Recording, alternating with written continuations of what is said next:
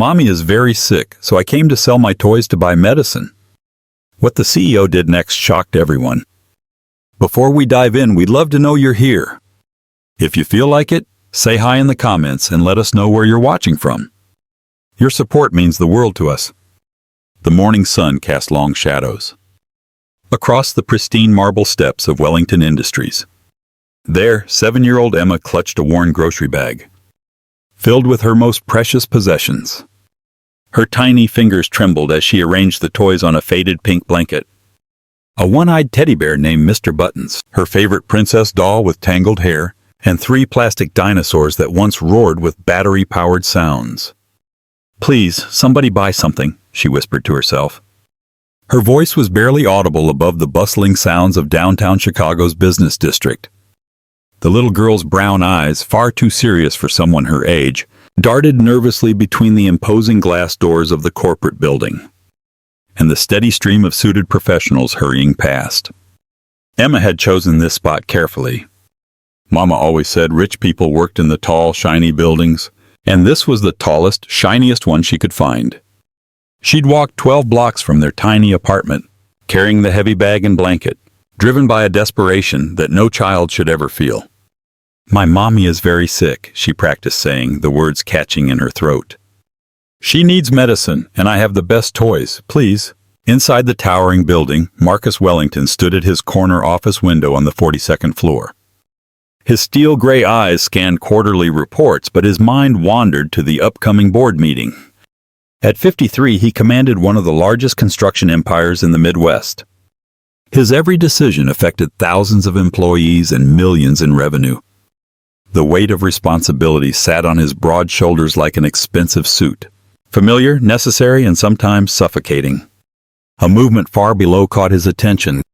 Through the floor-to-ceiling windows, he spotted something unusual on the steps of his building.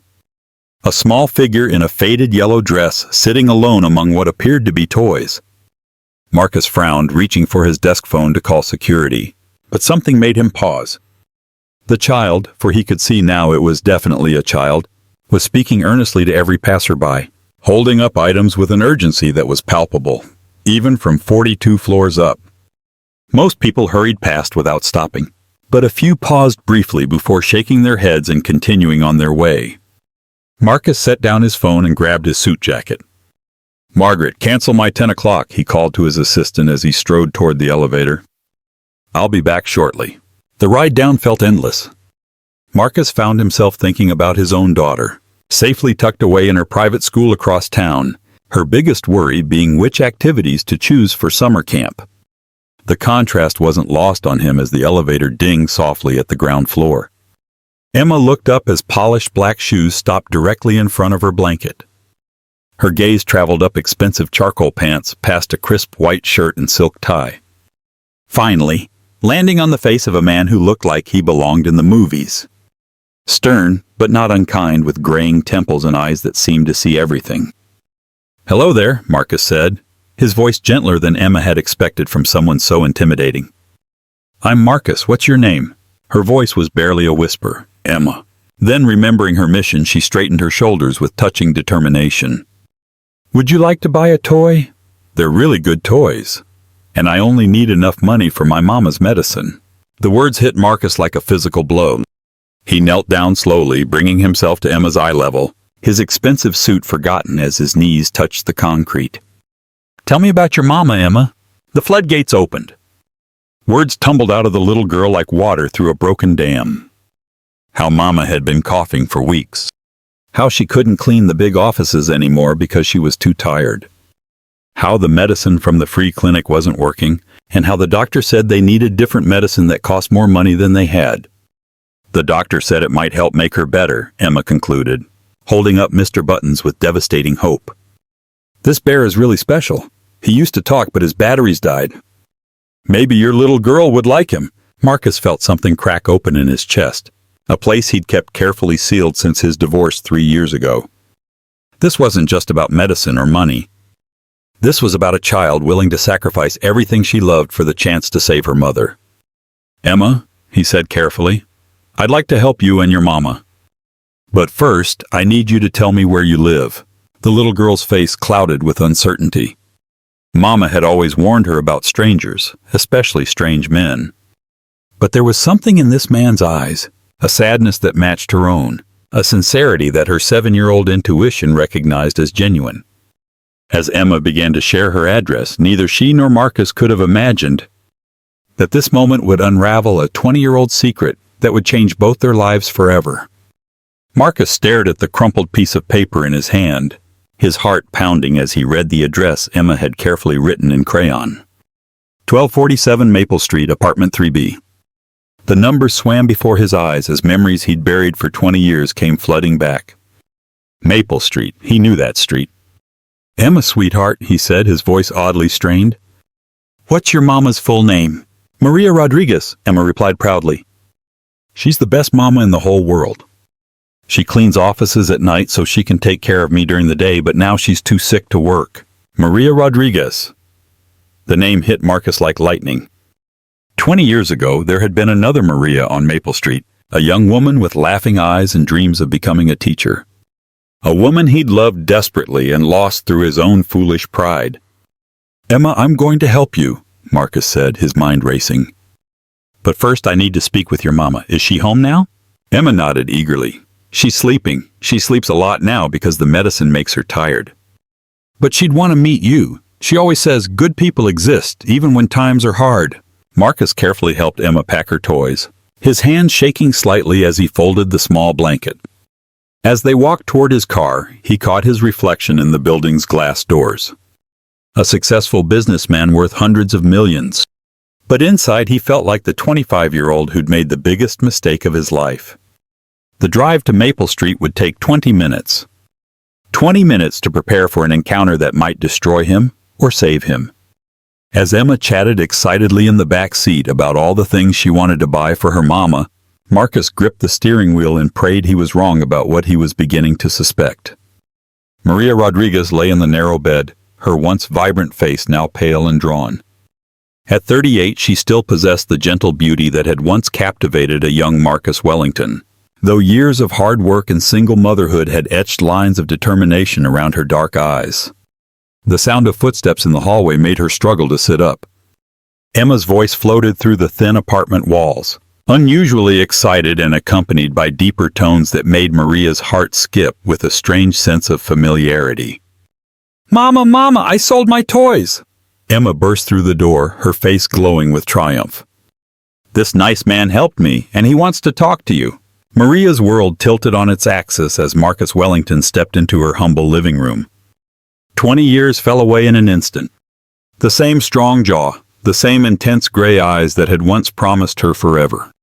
The same way he unconsciously ran his hand through his hair when he was nervous. "Hello, Maria," Marcus said softly, his voice carrying all the weight of 2 decades of regret. "Marcus," she whispered, pulling Emma close protectively. "What are you doing here?" Emma looked between the two adults, confusion clouding her young features. "Do you know each other, Mama? He's going to help us buy your medicine." Maria's eyes filled with tears, not of joy but of fear. The secret she'd guarded for 7 years, the truth she'd sworn she'd take to her grave, suddenly felt impossibly heavy. She'd seen Marcus's face in the business section of newspapers, watched his company's commercials on their old television, always wondering if fate would ever bring them together again. "Emma, sweetheart," Maria said carefully. "Why don't you go wash your hands and change your clothes? The grown-ups need to talk." As Emma reluctantly left the room, Marcus sat heavily in the room's single chair, his expensive suit looking absurdly out of place in the sparse apartment. "Maria, I had no idea you were—" Emma said her mama's name, and when she gave me this address, he held up the paper with shaking hands. "You thought I was dead," Maria finished quietly, "like everyone else from our old life. The car accident 20 years ago had been devastating. Maria's family killed instantly, herself barely surviving with amnesia that lasted for months. By the time her memories returned, Marcus had already been married to someone else. Someone from his wealthy social circle who could give him the life his family expected. I looked for you," Marcus said desperately. "When I heard about the accident, I went to the hospital, but they said there were no survivors. How could they have gotten it so wrong?" Maria's laugh was bitter. "They didn't get it wrong, Marcus. Maria Gonzalez died in that accident. Maria Rodriguez was born in that hospital bed, with no family, no past, and no reason to contact the man who'd moved on so completely. But there was something else. Something that made Maria's hands tremble as she watched Marcus struggle with the revelation. Something that made Emma's bright eyes and stubborn chin suddenly seem less like a coincidence, and more like destiny. Marcus spent the next 3 days unable to focus on anything but Maria and Emma. He'd insisted on paying for Maria's medical treatment immediately, calling in favors with the city's best doctors. But Maria had accepted his help with a distant politeness that broke his heart. Now sitting in his office at midnight, he stared at a photograph on his desk. His daughter Charlotte, at Emma's age, 7 years old, with pigtails and a gap-toothed smile. Charlotte, who lived with her mother in California and visited twice a year, their relationship strained by distance and his own emotional unavailability. The similarities between Charlotte and Emma were striking. But what haunted Marcus was something deeper. Emma's fierce determination, her way of tilting her head when she was thinking. The stubborn set of her jaw when she was determined about something. These weren't traits she could have inherited from Maria. His intercom buzzed. "Mr. Wellington, there's a Maria Rodriguez here to see you. She says it's urgent." Marcus's heart leaped. "Send her up immediately." Maria appeared in his doorway, looking stronger than she had in days.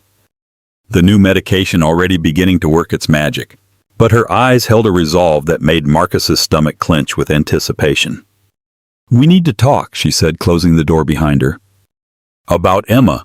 About why I really never contacted you after the accident. Maria, whatever happened between us, I want you to know." "Marcus, stop!" She held up her hand, her voice shaking. "Before you say anything else, before you make any more generous offers or promises, you need to know the truth." She moved to his window, looking out at the city lights as if gathering courage from their glow. "The accident, it happened 3 weeks after I found out I was pregnant." The words hit Marcus like a physical blow. He sank into his chair, his mind reeling as pieces of a puzzle he hadn't known existed began falling into place. "When I woke up in that hospital, I had no memory of our relationship, of the pregnancy, of anything. It wasn't until months later that my memories returned. And by then," she turned to face him, tears streaming down her face, "by then you were married. Your wedding announcement was in the society pages. I was a janitor's daughter with no family, no money, and no right to destroy your perfect new life." "But Emma," Marcus whispered. "How old is she exactly?" "She turned 7 last month, Marcus. 7 years and 9 months since the accident." The calculation was simple, devastating, and undeniable. Marcus stared at Maria as the full weight of what she was telling him crashed over him like a tsunami. Emma wasn't just any child he'd helped on his building steps. Emma was his daughter. The revelation hung between them like a live wire, dangerous and impossible to ignore. Marcus sat in stunned silence as Maria continued, her voice steady despite the tears flowing down her cheeks. "I've watched you from afar for 7 years, Marcus. I've seen your interviews, your success, your other daughter. I convinced myself that Emma and I were better off on our own. That we didn't need anything from your world." "My other daughter," Marcus repeated hollowly. "Charlotte doesn't even know she has a sister." Maria's composure cracked. "Don't you think I know that? Don't you think I've imagined 1,000 times what it would be like for Emma to have a real family? To go to good schools? To never worry about whether there's enough money for food or medicine?" Marcus stood abruptly, pacing to the window where Maria had stood moments before. Below, the city stretched endlessly, full of lives and secrets and missed opportunities. "Why now, Maria? Why tell me this now?" "Because I'm dying." The words were spoken so quietly that for a moment Marcus thought he'd imagined them. He spun around to face her, his heart stopping. "The doctors ran more tests," Maria continued, her voice clinical and detached. "The infection was just the beginning. I have cancer, Marcus. Advanced pancreatic cancer. The medicine you paid for will help with the symptoms, but it won't cure me." Marcus felt the world tilt beneath his feet. "How long?" 6 months, maybe less." Maria's voice broke slightly. "I can't take care of Emma anymore. I won't be able to work. And even with the best treatment, I won't survive to see her 8th birthday." The cruelty of the timing wasn't lost on either of them. After 20 years of separation, of missed opportunities and buried truths, they'd found each other again. Just in time for another goodbye. "There's more," Maria said, pulling a small envelope from her purse. "I've been saving this for years, waiting for the right moment." "I never thought that moment would come." She handed him the envelope with shaking hands. Inside was a birth certificate, Emma's birth certificate. With the father's name listed as unknown. "I could have put your name there," Maria said softly. "I could have demanded support, forced you to acknowledge her. But I wanted Emma to be wanted, not obligated. I wanted her to have a father who chose to love her, not one who was trapped into it." Marcus stared at the document, his daughter's legal existence reduced to official stamps and medical details. "What do you want from me, Maria? What do you need?" "I want you to get to know her," Maria said. "I want you to love her the way she deserves to be loved. And when I'm gone," her voice broke completely. "When I'm gone, I want you to be her father, really be her father." The request hung in the air between them. Enormous, terrifying, and absolutely necessary. Marcus looked at the woman he'd once loved desperately, now facing the ultimate sacrifice of any parent, letting go of their child to ensure their survival. "She doesn't know," he said. It wasn't a question. "She doesn't know," Maria confirmed. "To her, you're just the kind man who helped us when we needed it most." "But Marcus, she's been asking about her father her whole life. I've always told her that he was a good man who couldn't be with us." I never lied to her about that. 3 weeks later, Marcus found himself in an unfamiliar position, sitting on a playground bench, watching Emma play with other children, while Maria rested nearby on a blanket. The new medication had given Maria some of her strength back, but the underlying truth of her condition cast a shadow over everything. Emma raced over to them, her face flushed with excitement. "Marcus, did you see me on the swings? I went really high."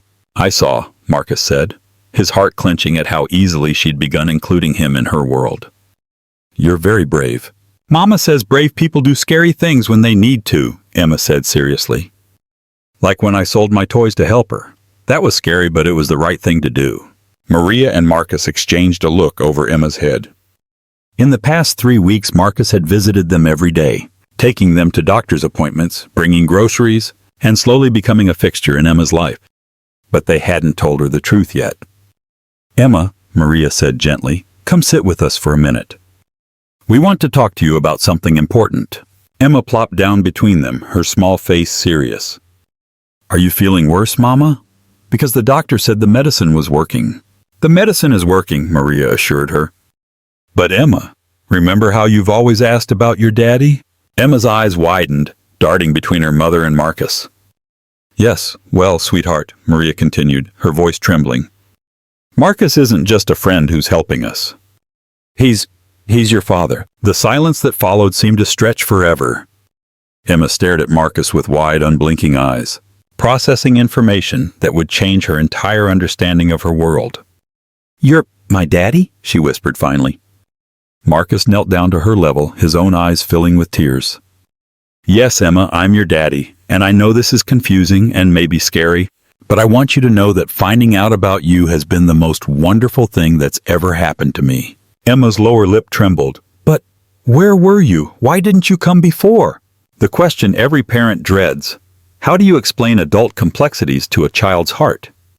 Marcus looked to Maria for guidance, but this was his truth to tell. "I didn't know about you, sweetheart," he said honestly. "Your mama and we knew each other a long time ago before you were born. But there was an accident, and we lost touch with each other. I've been looking for both of you, without even knowing it." Emma turned to her mother. "Is that why you were always sad sometimes? Because you missed him?" Maria's tears came freely now. "Yes, baby, I missed him very much. But I was never sad about having you. You've been the light of my life every single day." Emma stood quietly for a moment, her 7-year-old mind working through concepts that would challenge most adults. Then, with the pure acceptance that only children possess, she walked over to Marcus and climbed into his lap. "I always wanted a daddy," she said simply. "I'm glad it's you." As Marcus held his daughter for the first time as her acknowledged father, Maria watched with bittersweet joy. The hardest part of her truth was still to come, telling Emma about the cancer, about the limited time they had left together. But for this moment, in the golden afternoon light of the playground, Her daughter finally had what she'd always wanted. A complete family. Even if it had come just in time for goodbye. Marcus Wellington had commanded boardrooms filled with intimidating executives, negotiated million-dollar deals under crushing pressure, and built an empire from nothing. But sitting on the floor of Emma's tiny bedroom, trying to braid her hair for school, he felt more challenged than he ever had in his corporate life. "Ouch, Daddy, you're pulling too tight," Emma giggled.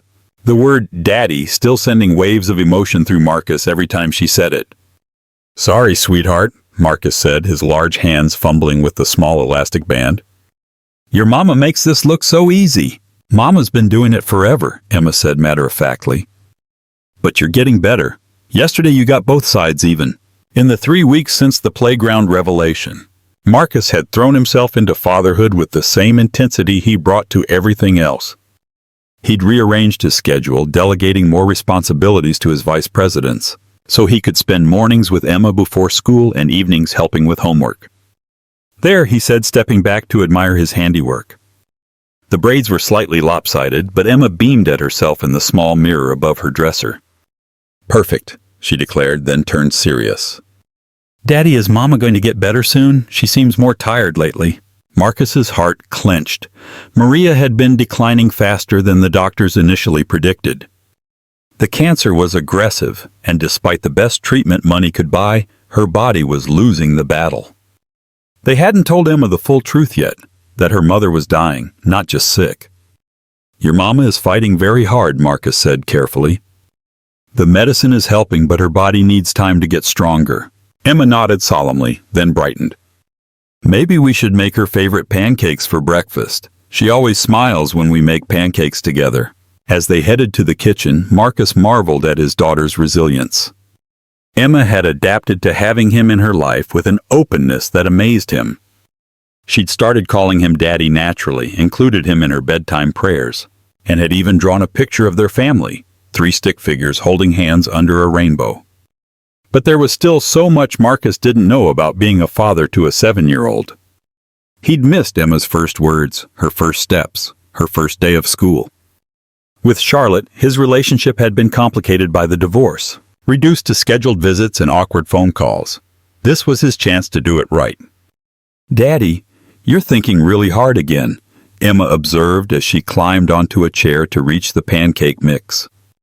"Mama says when grown-ups think too hard, they forget to be happy." "Your mom is very wise," Marcus said, lifting Emma so she could pour ingredients into the bowl. "What do you think about when you're happy?"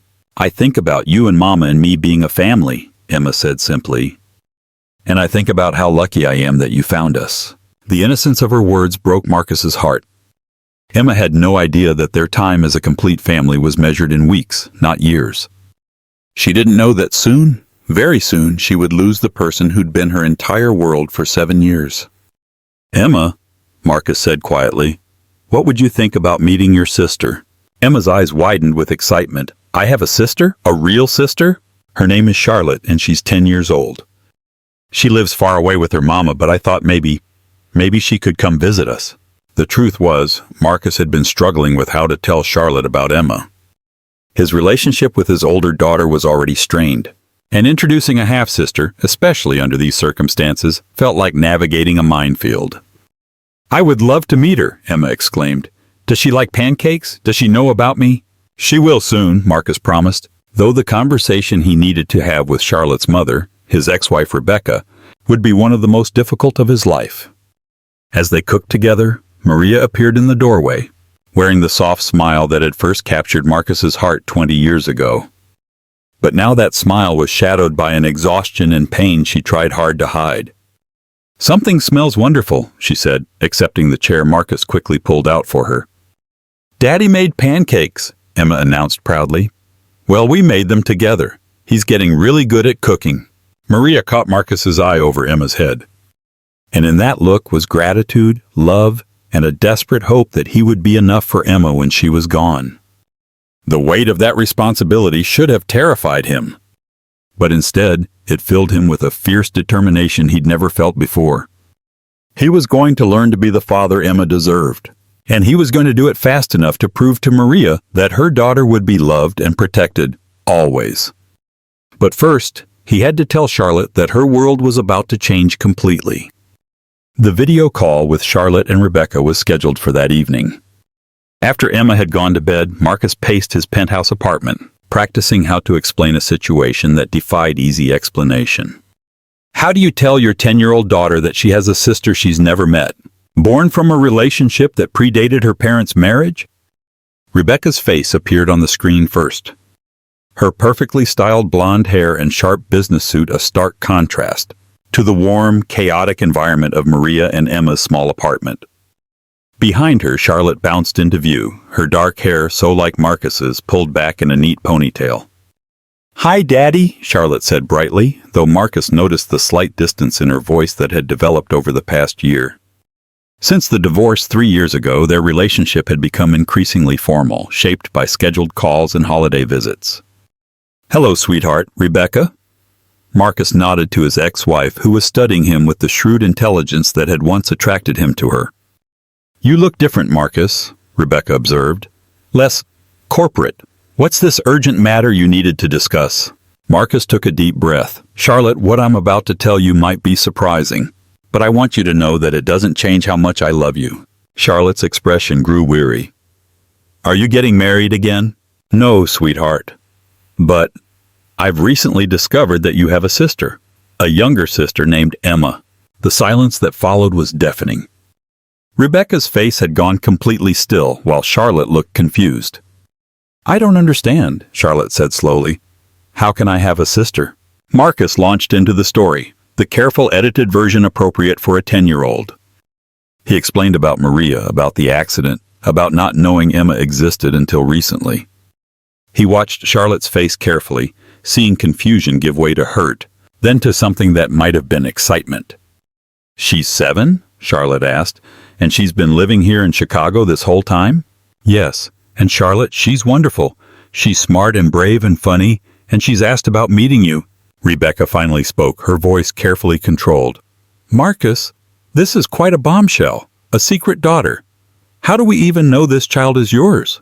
"Rebecca," Marcus said firmly, "I know." But Charlotte was focused on something else entirely. "Is she why you've been canceling our calls lately? Because you're too busy with your new daughter?"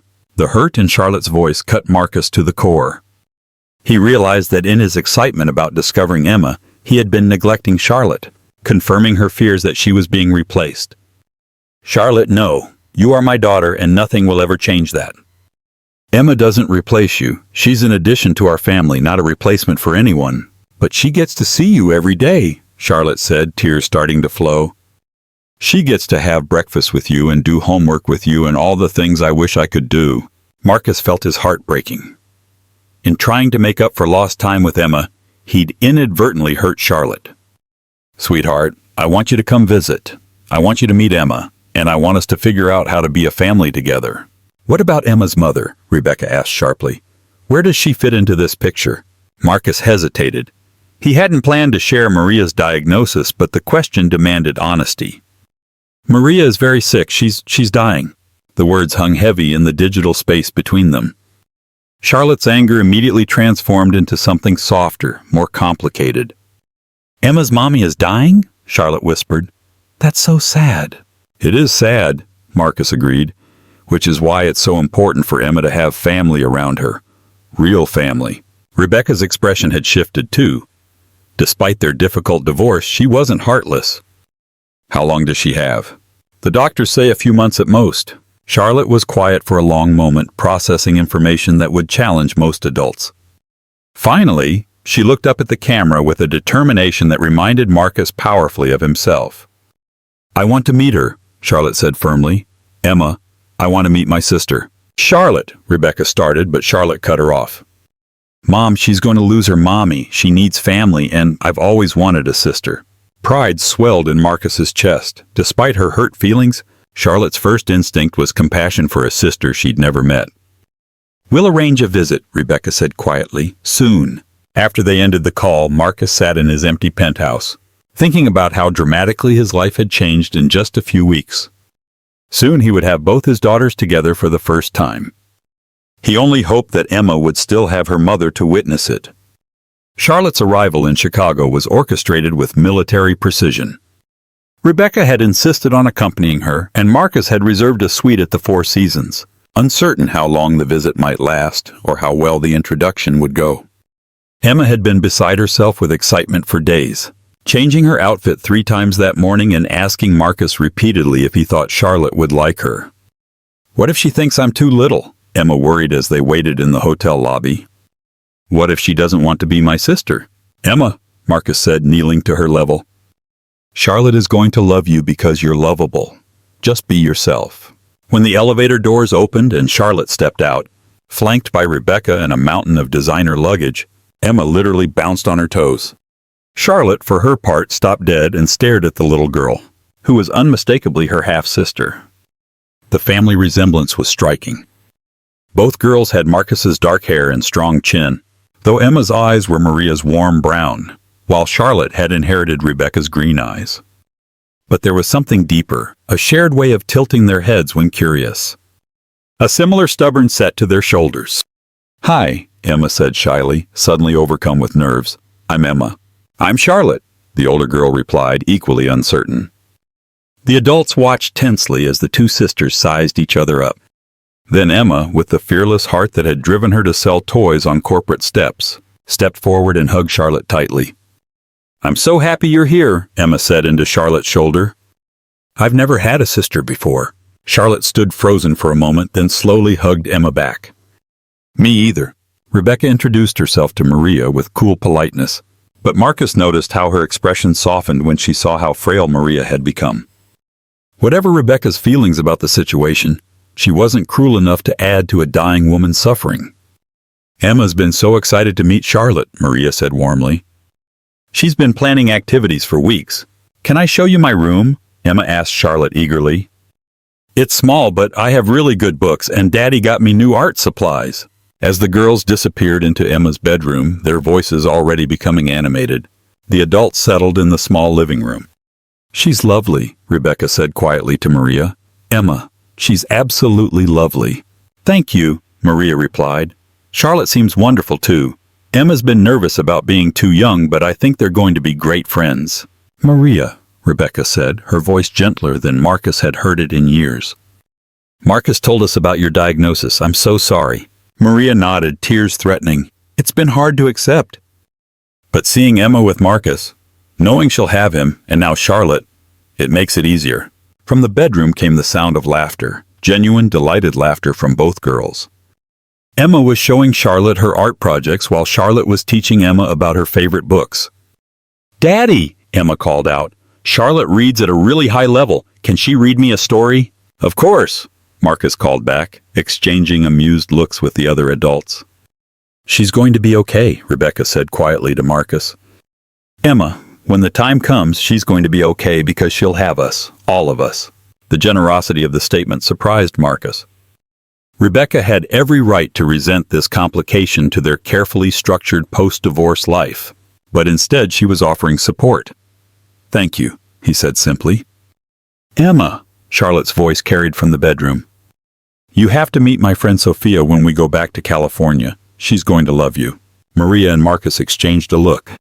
Charlotte was already planning future visits, already incorporating Emma into her world. The bond between the sisters was forming faster than anyone had dared hope. "Mom!" Charlotte appeared in the doorway, her formal demeanor completely gone, replaced by typical 10-year-old excitement. "Can Emma come visit us in California? Our house has a pool, and there's this really good ice cream place, and—" "Slow down," Rebecca laughed. "We'll figure out visits. But right now, why don't you show Emma the presents you brought her?" Charlotte had arrived with a suitcase full of gifts for Emma.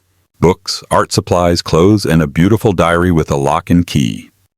"This is for writing down your secrets," Charlotte explained seriously. "Every girl needs a diary for secrets." As Emma examined each gift with wonder, Charlotte suddenly looked at her father with an expression beyond her years. "Daddy, I understand now why you've been different. Emma needs you more than I do right now." The maturity of the statement floored Marcus. "Charlotte, you both need me." "I know," Charlotte said, "but she doesn't have another parent. When her mommy—" She trailed off, not wanting to say the words in front of Emma. "When that time comes," Marcus said carefully, "we'll all take care of each other. That's what families do." That evening, as both girls slept in Emma's bed, Charlotte having insisted on a sleepover, Marcus reflected on how completely his understanding of family had transformed. A month ago, he'd been a successful but emotionally disconnected man with limited contact with his only child. Now he was planning for a future where he'd be the primary parent to a grieving 7-year-old, while maintaining a strengthened relationship with his 10-year-old daughter. It should have been overwhelming. Instead, for the first time in years, Marcus felt like he was exactly where he belonged. 2 weeks after Charlotte returned to California, Maria collapsed while making Emma's breakfast. The ambulance ride to the hospital was a blur of sirens and Emma's frightened tears as Marcus held her in the back of his car, following the paramedics. "Is Mama going to die?" Emma asked, her small voice barely audible over the chaos. Marcus had dreaded this question, but Maria's collapse had forced the conversation they'd been avoiding. "Sweetheart, your mama is very, very sick. The doctors are going to do everything they can to help her. But is she going to die?" Emma pressed, her 7-year-old intuition cutting through adult evasions. Marcus pulled Emma closer, his heart breaking. "Yes, baby, your mama is going to die. I'm so sorry." Emma's wail of anguish echoed through the car, a sound that would haunt Marcus for the rest of his life.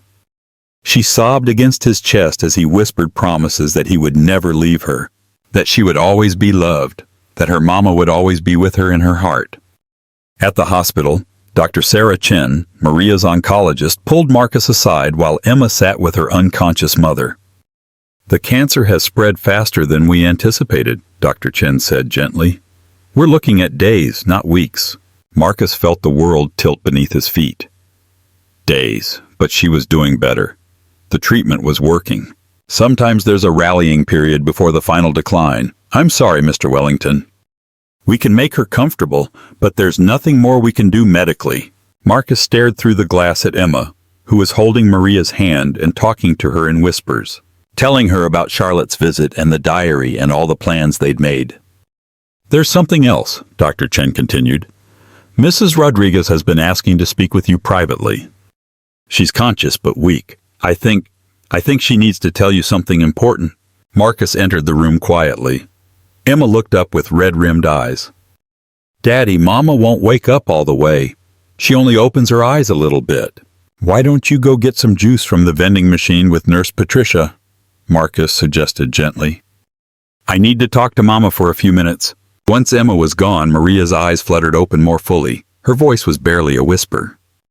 "Marcus, I'm here," he said, taking her hand. "I'm right here. There's something I never told you about the accident." Maria's breathing was labored, each word an effort. "Maria, you don't need to—" "Yes, I do." Her grip on his hand tightened with surprising strength. "The accident, it wasn't an accident." Marcus felt ice form in his veins. "What do you mean?" "My stepfather, he found out about us, about the pregnancy. He was furious that I was involved with a Wellington. Said it would ruin the family's reputation if anyone found out his stepdaughter was pregnant by the town's golden boy." Marcus's mind reeled. Maria's stepfather, Robert Vance, had been a prominent city councilman, obsessed with social standing and political connections. "He arranged the accident," Maria continued, her voice growing weaker. "Tampered with the brakes on my father's car.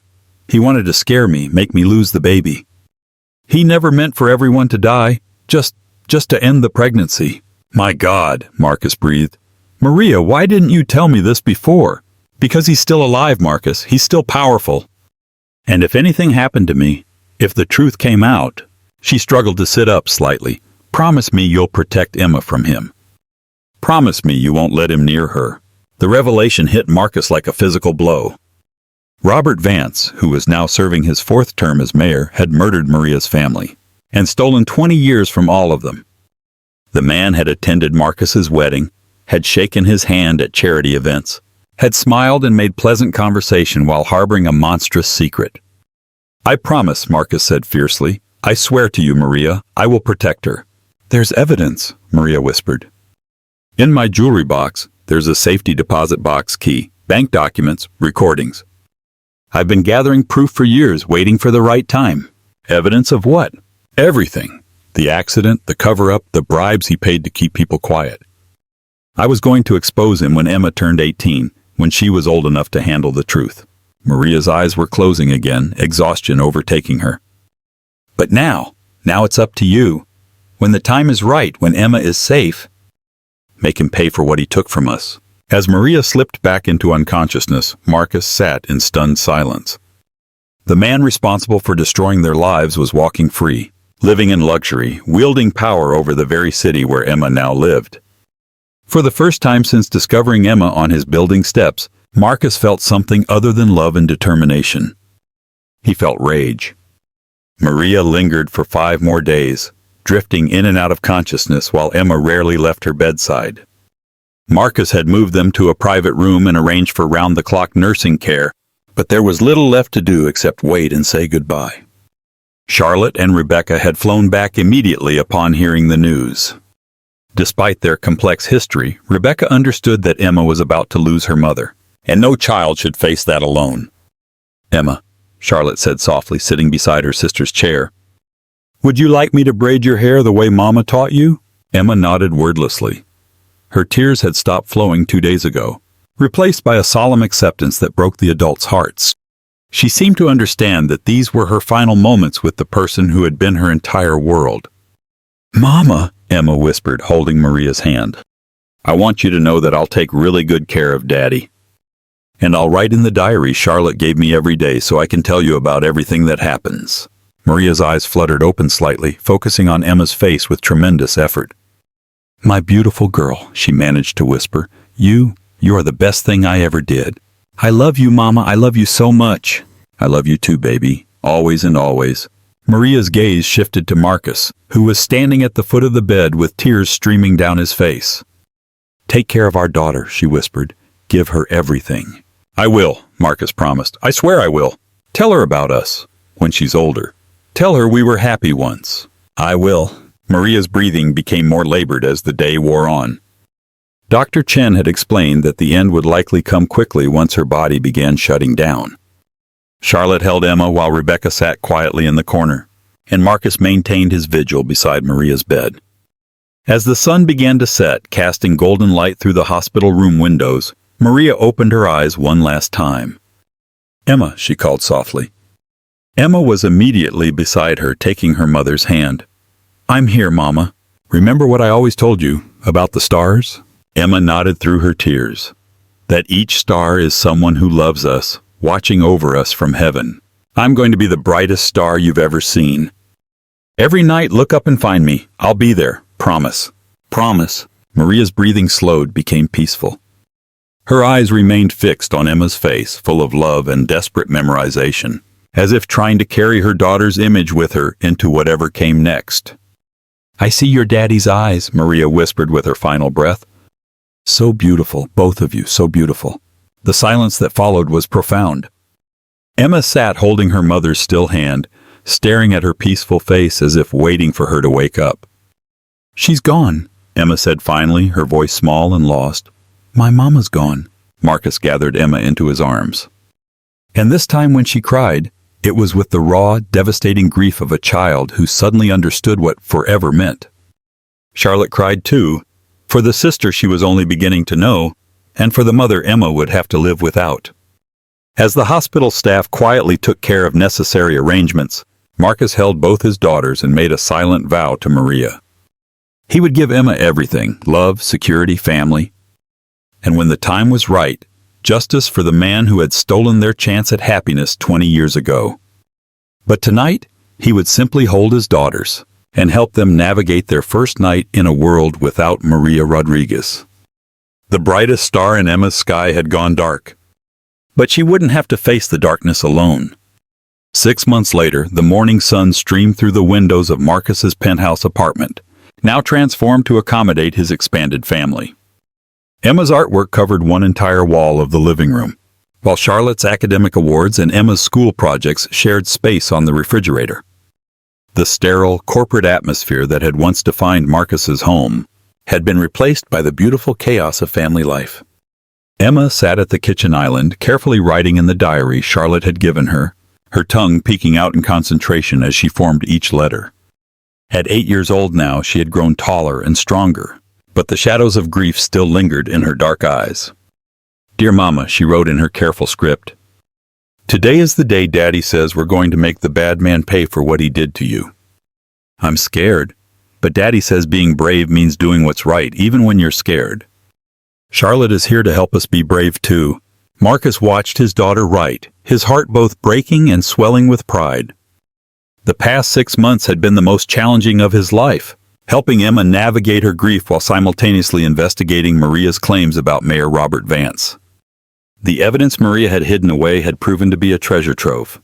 Documentation spanning 20 years, phone recordings, bank statements showing suspicious transactions, and most damning of all, a deathbed confession from the mechanic who had been paid to tamper with the Rodriguez family car. Maria had been methodical in her pursuit of justice, even as cancer consumed her body.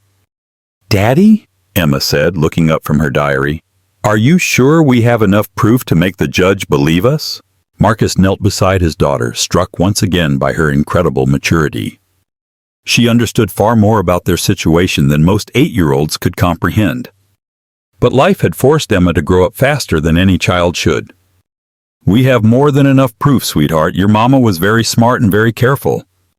She made sure we would be able to show everyone the truth." The doorbell rang, and Charlotte rushed to answer it. Rebecca entered, followed by a woman Marcus had come to respect deeply over the past months.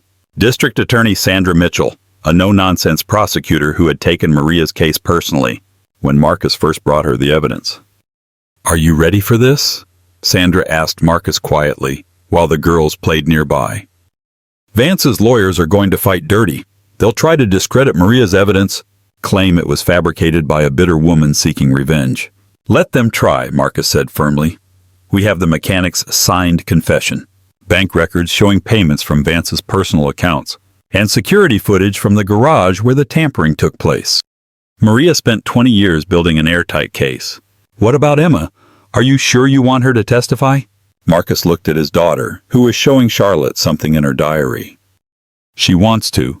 She says her mama would want people to know the truth." Emma had insisted on testifying despite the trauma it might cause. She wanted to tell the world about her mama's courage, about the 20 years they'd lost, about the family that had been stolen from them. Charlotte walked over to them, her expression serious beyond her 10 years. "Daddy, I've been thinking about what happens after today." "What do you mean, sweetheart? After the bad man goes to jail, what happens to our family? Do Emma and I still get to be sisters even though her mama isn't here anymore?" Rebecca answered before Marcus could speak. "Charlotte, Emma is your sister forever. Nothing will ever change that. In fact," she looked at Marcus, who nodded encouragingly, "your father and I have been talking, and we think it would be good for both you girls if Emma spent part of her summers in California with us." Charlotte's face lit up with pure joy. "Really? Emma, did you hear that? You can come swimming in our pool and meet all my friends, and we can have sleepovers every night." Emma smiled, the first genuine smile Marcus had seen from her in weeks. "I would like that very much." 3 hours later, they sat in the imposing courtroom where Robert Vance's fate would be decided. The mayor sat at the defendant's table, his silver hair perfectly styled, his expensive suit impeccable, but his face was drawn with the stress of having his carefully constructed world crumbling around him. For 20 years, Vance had believed his secret was safe. Maria Rodriguez was supposed to have died in that car accident, taking her unborn child and any evidence of his involvement with her. He'd covered his tracks, paid off the few people who knew the truth, and built a political career on the foundation of murdered innocence. But Maria had survived, had remembered, and had spent 2 decades methodically building the case that would destroy him. Marcus held Emma's hand as she prepared to take the stand. She wore a simple blue dress that Charlotte had picked out for her, and her hair was braided the way Maria used to do it. Despite her youth, Emma carried herself with a dignity that impressed everyone in the courtroom. "Ladies and gentlemen of the jury," Prosecutor Sandra Mitchell began her opening statement, "this case is about a man who committed murder to protect his political ambitions, and about a brave woman who spent her dying years ensuring that justice would eventually prevail." Emma's testimony was heartbreaking in its simplicity. She spoke about her mama's strength, about the stories Maria had told her about the accident, about finding the hidden evidence after Maria's death. "My mama said that bad people sometimes do terrible things, But good people never stop fighting for what's right, Emma said clearly, her small voice carrying across the silent courtroom. She said that telling the truth is always the right thing to do, even when it's scary. Vance's defense attorney tried to discredit an 8-year-old's testimony, but Emma's honesty and composure made his efforts appear cruel and desperate. The mechanical expert testified about the tampered brakes. The bank examiner explained the suspicious financial transactions. Former city employees came forward with stories of Vance's threats and bribes, their silence finally broken by Maria's courage. But the most damning evidence came from an unexpected source. "Your Honor," Sandra Mitchell announced, "the prosecution calls Robert Vance Jr. to the stand." A gasp went through the courtroom as Vance's own son, now a respected judge in a neighboring county, walked to the witness stand. The elder Vance's face went completely white. "Bobby," he whispered, staring at his son in horror. Judge Robert Vance Jr. had lived with his father's secret for 20 years. He had watched the man he'd once idolized build a career on the graves of innocent people. When Marcus had approached him with Maria's evidence, the younger Vance had finally found the courage to speak. "My father came home the night of the Rodriguez accident, covered in grease and acting strangely," he testified, his voice steady despite the tears in his eyes. "When news of the accident broke the next morning, he said something I've never forgotten. Sometimes you have to eliminate problems before they eliminate you." And did you understand what he meant by that? Not at the time, I was only 16, but as I got older, especially when I learned about Maria Rodriguez's pregnancy, the pieces started falling into place. The elder Vance stared at his son with a mixture of betrayal and devastation. "Bobby, how could you?" "How could I?" the younger Vance replied, his composure finally cracking.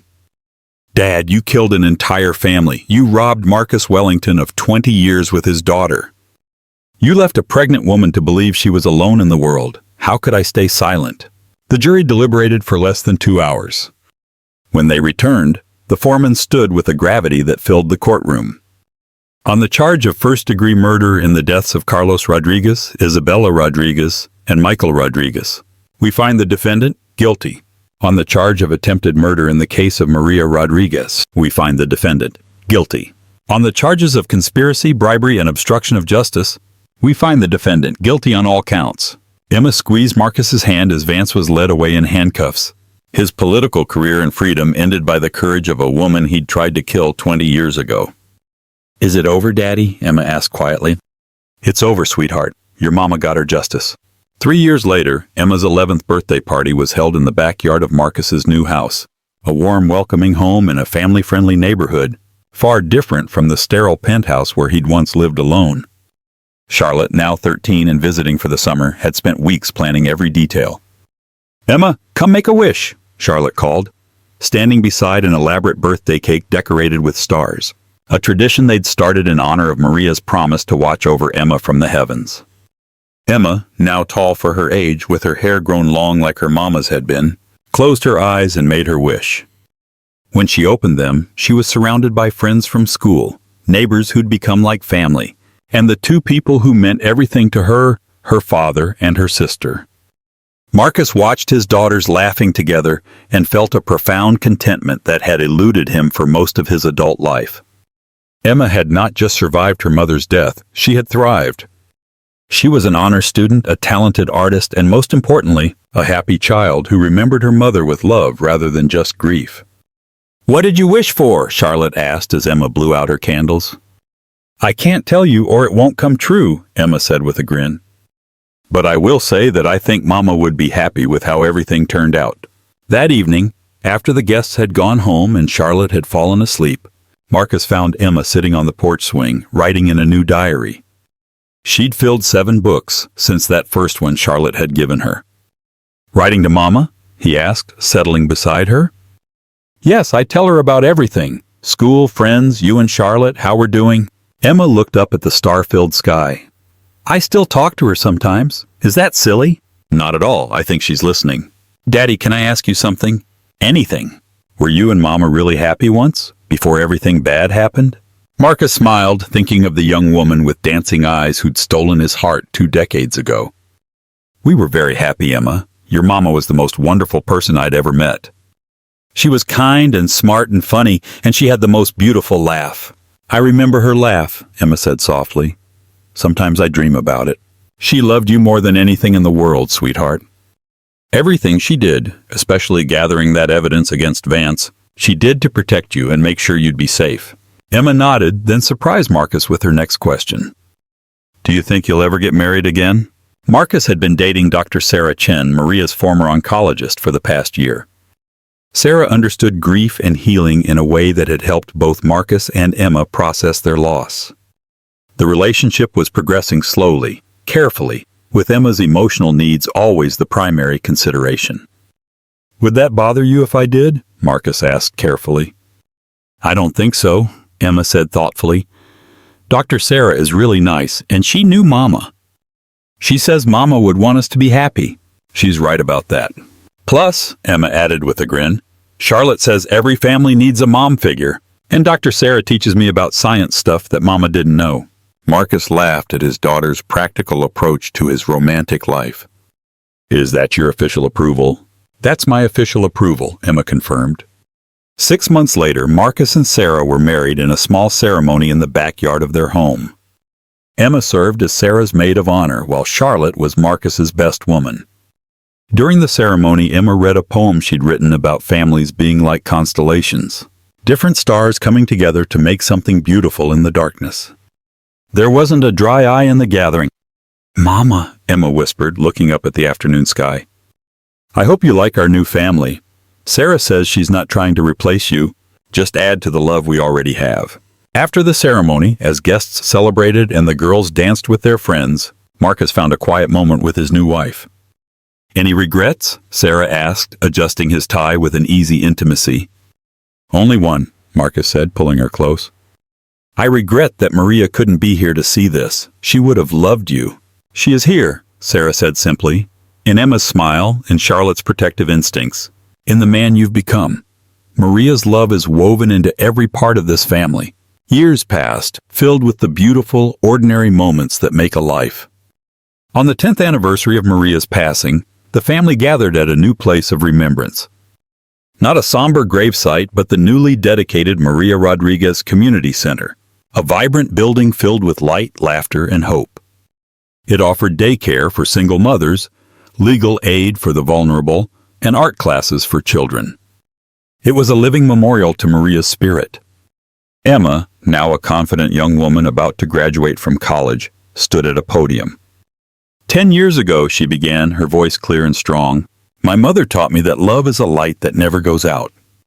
She believed that even from the deepest sorrow, the greatest good can grow. This center is the proof of that belief. Marcus watched his daughter, a perfect blend of his own determination and Maria's endless compassion. He looked at Charlotte, a Pulitzer Prize-winning journalist who was documenting the event, her camera focused proudly on her sister. He squeezed Sarah's hand, his partner in building this new, beautiful life. He was no longer just a CEO. He was a father, a husband, a grandfather-to-be, and the keeper of a promise. Later that night, Emma found him on the porch looking up at the stars. She'd be so proud, Daddy, Emma said, joining him. She is, sweetheart, Marcus replied, just like I am.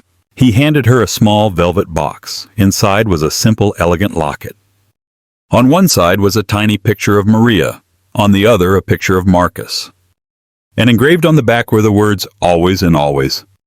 I was saving this for your wedding day, Marcus said, but it feels right for tonight. Emma opened it, her eyes filling with tears of pure gratitude. It's perfect, she whispered. You know, she said, looking from the locket to the sky, I used to look for her as just one star, the brightest one. But now I see her everywhere, in every act of kindness, in every family we help here. In us. And in that moment, under the vast star-dusted sky, they both felt it. Not an ending, but a beautiful continuation. A legacy of love, forged in sorrow, redeemed by truth, and now shining brightly for generations to come. The story of a little girl who sold her toys on a cold stone step. It had become a story of how the smallest act of courage can build a universe of love. Thank you for joining us on this emotional journey. If this story touched your heart, please consider liking this video and subscribing to our channel. We have so many more stories to share with you. Until next time, take care and remember to look for the light.